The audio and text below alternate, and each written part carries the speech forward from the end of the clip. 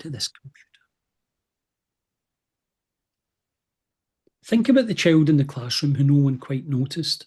Not the disruptive one, not the one with their hand up, the one who sat quietly hoping not to be called on, hoping to get through the day without being seen.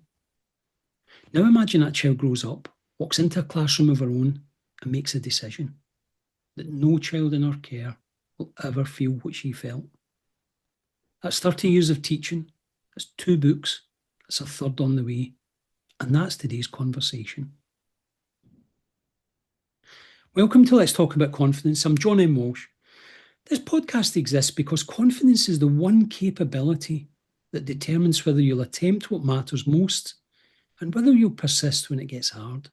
It's not a personality trait, it's not positive thinking. It's a learnable behaviour built through repetition, pressure, and real-world consequence.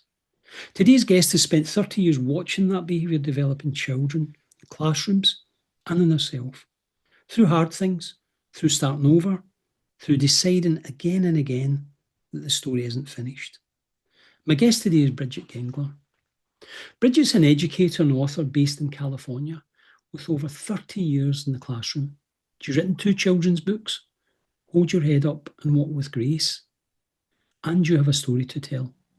And her third book, You Can Do Anything, is set to launch this summer. Her work is built on the belief that it's both simple and profound. When children feel seen, when they're heard, when their uniqueness is honoured, when someone takes their story seriously, something shifts. Trust is built, and from that trust, confidence grows. What makes Bridget's story particularly powerful is where it starts. Not from a place of natural confidence or easy authority, but from a child who's shy, who often felt invisible, who moved through classrooms feeling like she didn't quite belong. She knows exactly what it feels like to be unseen, and she decided to spend her career making sure no one else in her care ever felt the same way. Bridget, welcome to Let's Talk About Confidence. Thank you so much, John. Thanks for having me. It's a pleasure. You wrote something in your notes that really stuck with me. It was this part where you'd said, as a child, I was shy and often felt invisible. Can you take me back there? And what was that like, feeling invisible? I still try to figure out, to be honest with you, where it all came from. Because I grew up in a loving, loving family, wonderful parents. There was 8 children in my family. I mean, we're just very strong, close-knit family. Yeah. But when I walked into classrooms, when I went to school, I just always just felt invisible, um, not felt seen, heard. I know I was very shy, so I know that probably played a part in it. But I just remember sitting in the classrooms, not wanting to be that child that raised their hand, not wanting to be the child that stood out. That was really scary for me. And there was a lot of fear that I had as a child growing up because of that. And because of that, the confidence was low. And I also felt like I had to be perfect. Right. And for whatever reason, I'm still, as an adult now, 40 something years later, I'm still trying to figure out, well, where did that come from? But there was always that sense that I needed to be perfect. And because I didn't feel that, I felt invisible. I didn't feel seen. And it was just, in some ways, a lonely road as a child, especially in those situations. Being at home was different, but being in a situation with other kids and in the classroom, there was a lot of sense of just feeling invisible. And I think I could maybe say 2 to 3 teachers throughout my whole career as a student who actually made me feel seen. Wow. Yeah. What is it they done differently? Can you remember what they done? What made them make that me feel made seen? you feel seen I by think those it few people? was just situations like, for example, it was sixth grade. I had a sixth grade teacher when I was 12 Mm. who we shared the love of reading. So it was an enjoyment to be able to go into his class. Like after lunchtime, he would just, for 30 minutes, we could sit and read wherever we wanted. Wow. I was able to have conversations with him about what I read, and he listened. Wow. There was a time when I um, tried out for the cheer team, Yeah. and all of my friends tried out with me, and I was the only one who didn't make it to the next level of tryouts. Yeah. And the next day it was announced on the intercom, all, congratulating all the girls that made the cheer team, that made it to the next level. And of course, I wasn't one of them. Yeah. But after that announcement, he stopped and he said, and we wanted, we want to congratulate Bridget for trying and for, doing her best to try out for the team. And it was like, I felt so seen at that moment. Yeah. And I still, to this day, I carry that with me. Yeah. And I found him about, I don't know, 7 years ago. I searched for him online so that I could write him a letter to Yeah. thank him, Yeah. to just thank him for that, because that moment was such a big pivotal moment in my life. He saw me, which created that encouragement, Yeah. which I think encouragement plays such a huge part in building confidence in someone. Yeah. That's amazing. What a great story. And the fact that you remember it so vividly from a while back is amazing. The bit that then interested me was how do you go from that kind of experience of classroom not being particularly positive to becoming a teacher? What can you remember what the drive was for that? Well, to be honest, when I went into college, I did not want to become a teacher. Yeah. That was not in my plans. I had studied abroad when I was in high school. Um, I started to love languages. I was a Spanish major. I wanted to travel the world. Yeah. That was my goal.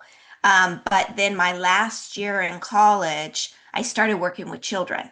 Yeah. It was part of my independent study. I had a class where we did independent study. The teacher wanted us to work with tutoring. So I started working with children, and my whole path kind of shifted and changed. There was something about sitting with a child and working with them and seeing their confidence grow and seeing their abilities and their light turn on Yeah. that really set a spark in me. And Wow. so there was that pivot. And then it Yeah. was, no, I think that I think my calling is to be an educator. And that's Wow. kind of how it happened Yeah. initially. Fantastic. And it's like that insight you got from it is amazing. And then was this a conscious or an unconscious decision where you went, right, so I'm going to make sure every child is seen? Because that seems to be one of your big things, you know? Yes, it was very intentional and Right. very Okay. conscious. I mean, I knew how I grew up as a child and in the classroom. And Yeah. I wanted to be that teacher that would be the one that would help those kids that felt unseen and felt and were quiet and shy. So I would always try to make sure I knew from day one which were those children, Yeah. which were the ones that just, would kind of Yeah. sit in the Yeah. back and just not want to participate, not want to say anything. And I would figure out ways to draw them in and figure out ways to help them build that confidence to want to speak up and want to share and want to tell their story and be Yeah. seen. So that's Wow. really, yeah, it was very intentional. Yeah. And it sounds like it was quite quickly that you came to that. It wasn't, it didn't seem to after 5 years of teaching. It seems to be from the beginning. From the Yeah, very beginning, much so. yes. Yeah, that's Mhm. the impression I get. The, I mean, you've been an educator for over 30 years, and the big thing I'm after is would you learned about confidence in children that perhaps you didn't know at the beginning? What's it You taught you? think that I think, again, as I said before, encouragement. Mm, Encouragement really to me is like the seed. It plants the seed. And mm, I think when children see that you believe in them and that you are trying to create that connection with them, yeah, that it plants that seed in them that then helps them to be a little bit more courageous, yeah, to not be as fearful, especially those kids that are quieter and shyer. yeah, And it helps them to take risks yes, that maybe before they wouldn't because they didn't have somebody who they felt believed in them and their capabilities. yeah.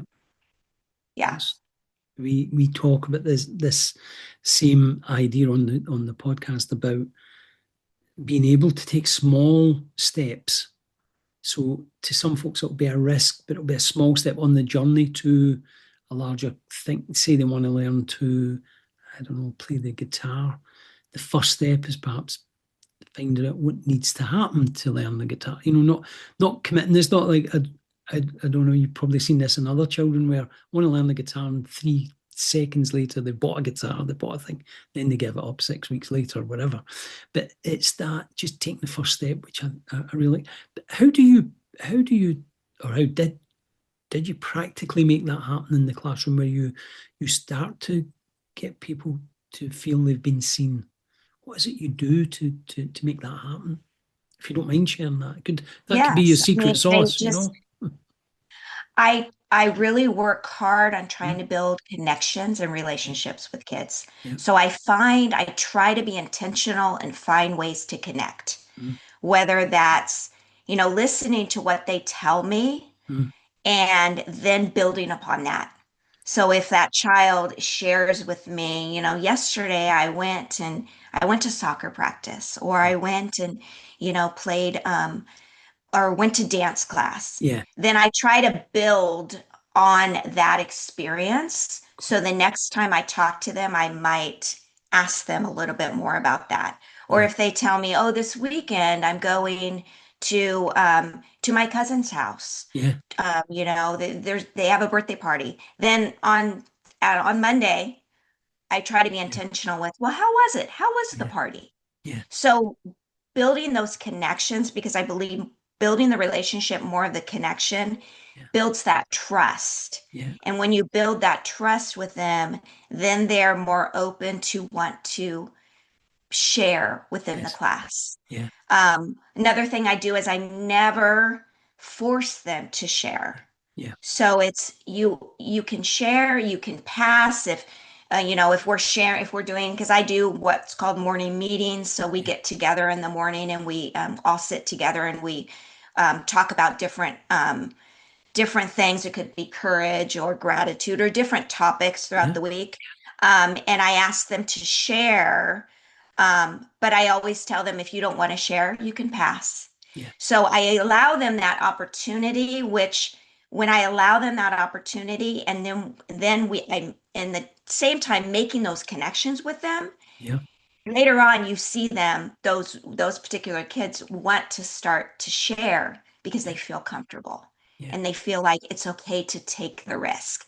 Like this is a comfortable, safe environment for me. So I really try to build that comfortable and safe environment yeah, so that they feel comfortable enough to take those risks. yeah.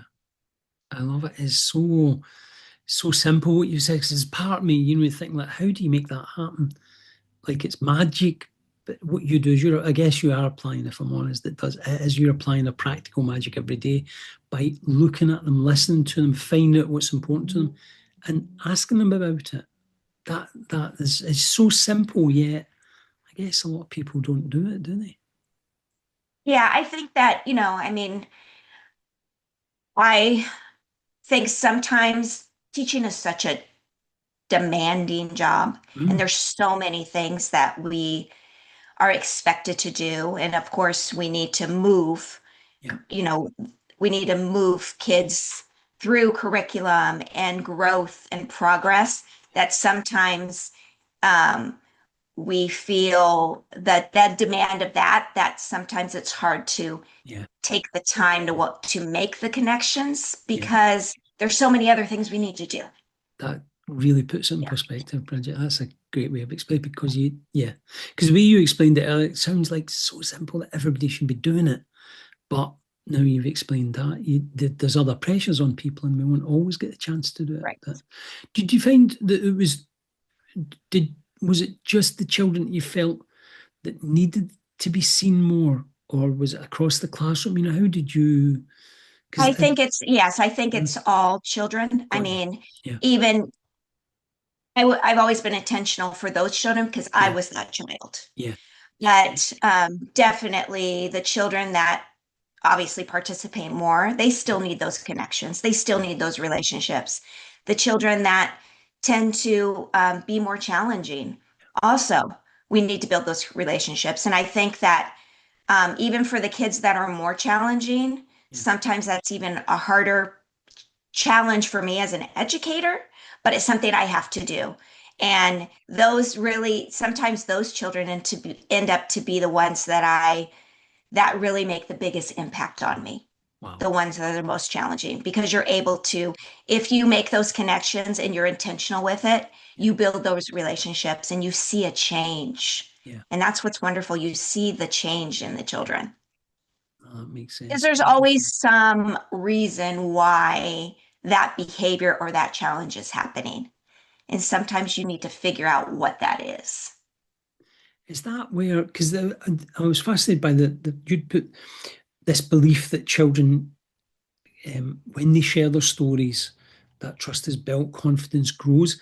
Is that part of, when we talk about the stories, is it the thing like they were at the soccer practice or the birthday party? Is it that kind of thing, or is it deeper than that? Or what is what would you see as a typical children sharing the story with you? Yes, I mean, I think it's their everyday life. Mm, I mean, kids want to be heard, and yeah, sometimes I yeah, feel like we don't take the time to just listen to what they have yeah, to say. yeah, Because again, there's so many demands and so many things we have to do yeah, that we don't stop to just let them be heard. yeah, Um, and it's everyday life.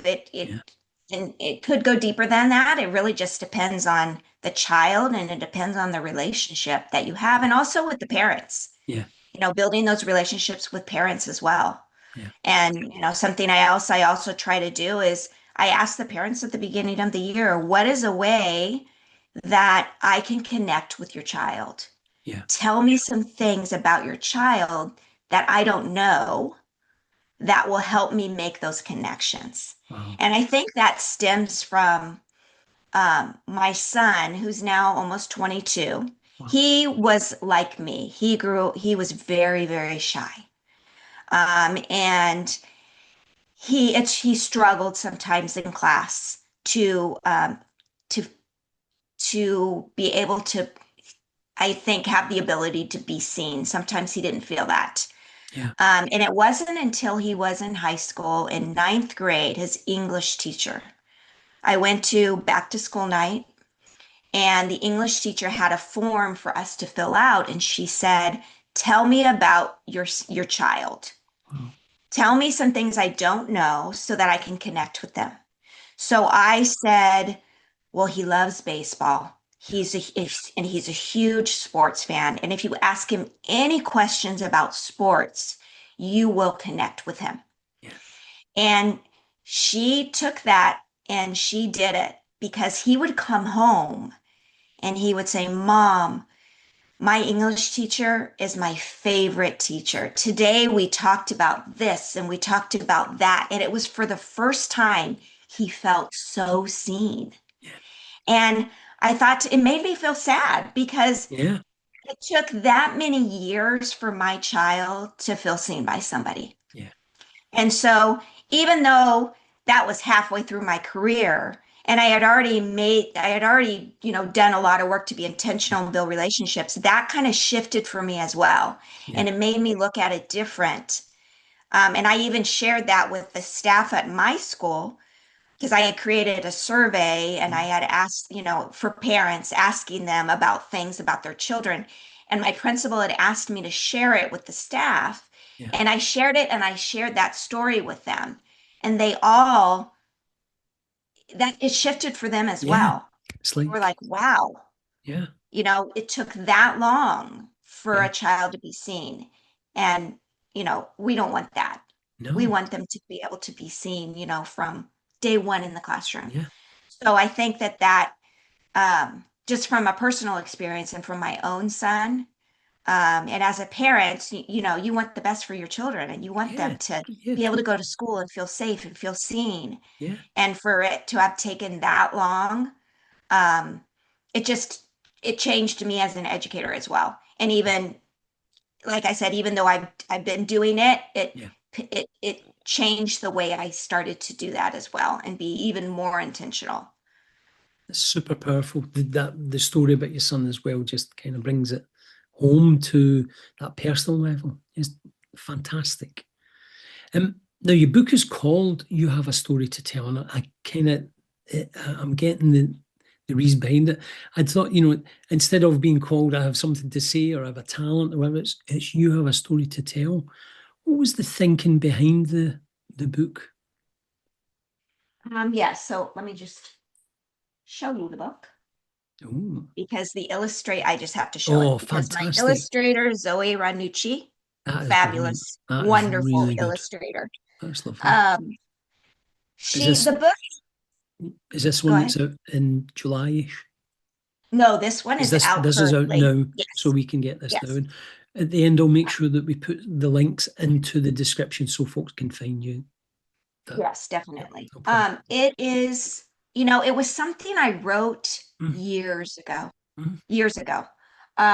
It's a poem. mm, But it's a love letter mm, to all the students I've ever taught, yeah, as well as to anybody who reads the book. yeah, And it's just to let them know that they are important, that they yeah, matter, that their stories matter, and that we need to hear them, yeah, that we need to be able to experience who they are.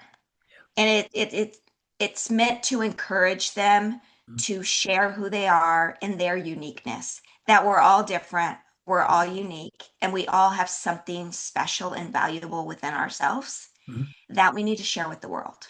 yeah, And that's really the idea behind it. Um, I really, when I wrote it, I didn't think it was going to go anywhere other than in my Google Drive and stay there forever, to be yeah, honest with you. I, when I was a child, I dreamt about being an author, about yeah, writing. yeah, And I always would just kind of put it to the wayside. That's not going to happen. That will never happen. Um, my dad was a writer. He was a poet. wow, But he had tons of manuscripts that never got picked up. Um, and we shared that love. We shared the love of reading and writing, and we would sit together and read together. And he was my big storyteller, and he would read to me, and we would write together and talk about it. And he passed away in 2021. oh, so And fortunate. I promised him Mm, um, when thankfully my whole family were able to come together on his last days. And when I sat with him, I promised him that I would write a book yeah, and I would publish it for us. yeah, And so I wrote my first book, which was Hold Your Head Up and Walk with Grace. yeah, yeah, And it's about a little girl, Ellie, and her dad.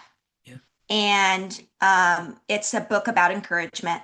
yeah, Ellie's dad encourages her. Ellie's scared. She's scared to go to school. right, And her dad kind of encourages her with the words, hold your head up high and walk with grace. yeah, And that was something my dad would tell me. wow, Um, and for example, I went through a divorce over 20 years ago, and my dad walked alongside me throughout that whole process. yeah, And when he and I left the courtroom when the divorce was finalized, Yeah. He grabbed hold of my arm and he whispered in my ear, "You have nothing to be ashamed about. Hold your head up high and walk with grace." Wow. And so I remember back my Yeah. experiences as a kid and how Yeah. scary it was and how scary it was initially to go to school. Yeah. And I kind of put those words of my dad's encouragement, and that's how that book came to That's life. brilliant. That's a beautiful, beautiful sentiment and great memories as well. But wow, Yeah. So amazing. I published that Yep. and I thought, okay, I made my promise to my dad. I Yep. did it. I didn't think any further than that. And then people started asking me, well, when's the next one? When's the Ah, next one? right. And I was like, well, I don't know. I didn't think about a next one. I Yeah. just, this was my Worked dad's on. promise Yeah. to my dad. Yeah. I did it. And then I kind of opened up, you have a story to tell again. Yeah. I went back in there and I started looking at it and I thought, you know what? I feel like this message needs to get out. Yeah. It needs to get out into the world. And Yeah. then that's how all of that came to be with you have a story to tell. Yeah. And then my book that's coming out this Yeah. summer, You Can Do Anything, is with Ellie and her dad again. And it's something my dad used to tell his children. You can do anything you put your mind to. Yeah. So I kind of took those words of encouragement and created a story about that. So Wow. that's kind of how those books, and it all goes back to encouragement. And I Yeah. believe, Yeah. again, how encouragement really plants that seed, Mhm. which then through your perseverance and personal experiences where the roots grow for that confidence. Yeah. And that encouragement, I guess, is trying. May I ask you then, because I was thinking to myself, but is it about make sure the encouragement is grounded in truth as well? It's not sort of false encouragement, if that makes sense. Yeah, I mean, I think encouragement Mm. really grows. Mm. I think, you're when you have that encouragement, when you're encouraging to someone else, Mm. when someone is encouraging to you, it kind of builds that external voice of Yeah. you can do it. Yeah. I believe in you. Your voice matters. Then kind of becomes that internal voice with inside Yeah. yourself. Yeah. And that encouragement becomes um, that mirror that can help us recognize our beliefs and our capabilities. Yeah. Do you think? I mean, I love the fact that you're doing it through your stories, through your education. You're helping young kids to find that early. What about adults that maybe had that sort of confidence knocked out of them a bit? Is it too late for them to find their story? Oh, No, I don't yeah, I don't think, I mean, I think our stories evolve through yeah, our lives and yeah, our experiences shape us. Because yeah, it took me a long time to get to where I am and to yeah, have this confidence that I have now. yeah, It, 20 years ago, I didn't have that. yeah, Obviously, 40, 50 years ago, I didn't have it, when I yeah, was a child. yeah, I think that the more you experience things yeah, and the more you face challenges and failures and successes, it helps to build that confidence. yeah, And I think having people around you who also are there to encourage you, yeah, to let you know that they believe in you, yeah, also plays a part. But I think we're always evolving. Our stories are always changing. We're yeah, always shaping it. It's always shaping us. yeah, I mean, I even today, I've got some challenging things yeah, I'm facing in my life right now that I yeah, know is shaping me. yeah, And next year, it's gonna be even different. yeah, yeah, I just you're constantly yeah, changing, and I think it never stops, and I think that it can always continue, and the confidence always will can always build no matter what age you are. yeah. We absolutely agree. It's the tenet of the let's talk about confidence. The whole reason for the podcast, that no matter where we are in life, is as long as we can take that first small step towards it. And I think what you've added to it beautifully here, Bridget, is having a bit of encouragement somewhere.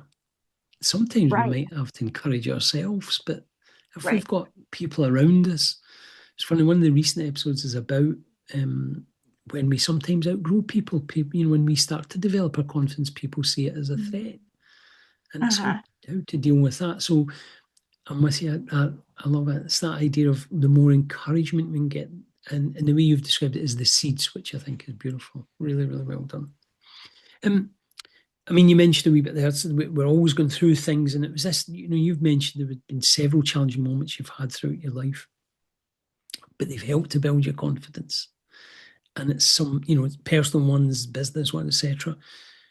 And I guess the question I was wanting to ask is, what does it do to your confidence? How do you recover from it when it maybe knocks your confidence? But what do you do to maintain that growth and confidence? I think that the more challenges and failures that I have had in my life Yeah. has, I realize that the fear that I had facing the challenge and then overcoming it through the courage and trying to get over that has helped me develop that confidence. And I Mm, think that the more you fail and mm, the more that you face challenges and you have to really be courageous and brave, yeah. the more the confidence builds. And then when you face a new challenge, it doesn't seem as hard Yeah. as it was originally. And that's a lesson that took me a really long time to learn, Yeah. a really long time. I mean, in my 20s, I was still, dealing with trying to overcome fears. And Yeah. there were things that I would not do Yeah. because I was so fearful. And I think about how much I've grown through all of my experiences in my life that's gotten me to this point, Yeah.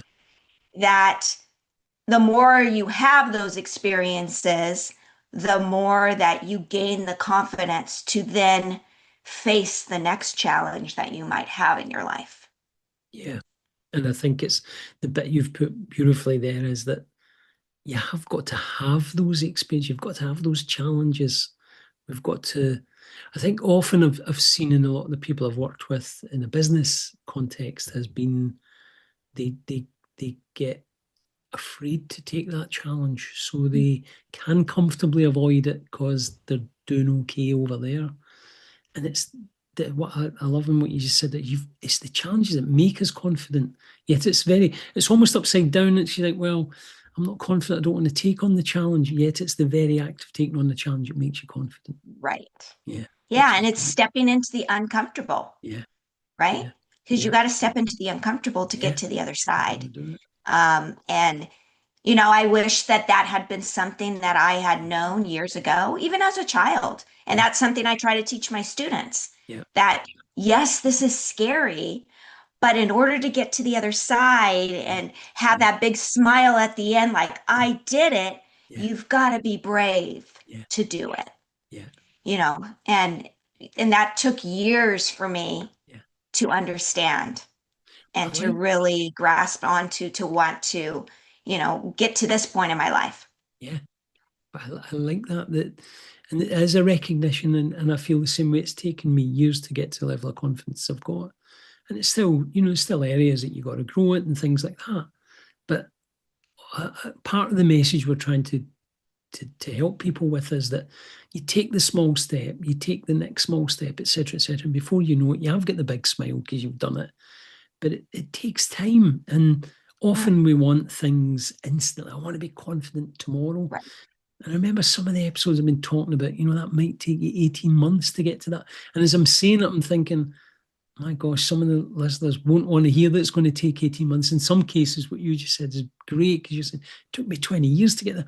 I know we want it instantly, but I guess the message for us right. is that the sooner we take the first step in that direction, the sooner we'll be there. It's fabulous. It really is. Yes. Uh, The new book coming out. So the new book coming out in the summer, You Can Do Anything. There was a great description of the way you spoke of it. I guess is what would be really useful for me is that what would you say to any shy child or even someone who felt invisible, even if that was an adult? Is there one thing that you would sort of say to them that could maybe help them? I think, everyone has a story and every story matters. That your challenges, failures, even successes shape Mm, who you are. yeah, And like you said, take that first step. yeah, Step into the uncomfortable. yeah, It's not as scary as it seems yeah, once you walk through it. yeah, And once you just give yourself that ability to have the courage to do it. Because when you walk through it and you come out on the other side, you'll be amazed at where wow, you're at yeah, and so proud of yourself for accomplishing. yeah. Yeah. That's so true. That's brilliant. What would you hope that people would carry away from our conversation? We've had a great chat that's covered so many different areas, but what would you hope they take away from it, Bridget? What would be the one thing you want them to take? We think that our stories are always evolving, Yeah, that we're always changing, that it's always shaping us, that it's never too late, that it's yeah, never too yeah, late yeah, for things to happen in your life. yeah, Um, Take that first step yeah, and keep going. And the idea of encouragement, I really truly believe. I mean, if you've got people in your life that are walking alongside you, that are there, that are your constant, that are just kind of pushing you, yeah, take that in. yeah, Because I really truly believe that once you take that in, it becomes part of you yeah, and it becomes that internal voice inside of you. yeah, And it really does help to plant that seed yeah, that then helps you maybe face that uncomfortable that you're too scared to face. yeah. It's really good. Bridget, thank you so much for spending time with me today and sharing your views. Um, if you don't mind, share the links with me. I'd like to put them in the podcast description so folks can find your books and hopefully use them with their kids, etc. But some fantastic advice you've given us there that I hope folks will find as useful as I have. And it's been an absolute pleasure. And thank you for taking the time. Thank you for having me. It's been a pleasure. I enjoyed our conversation. Perfect.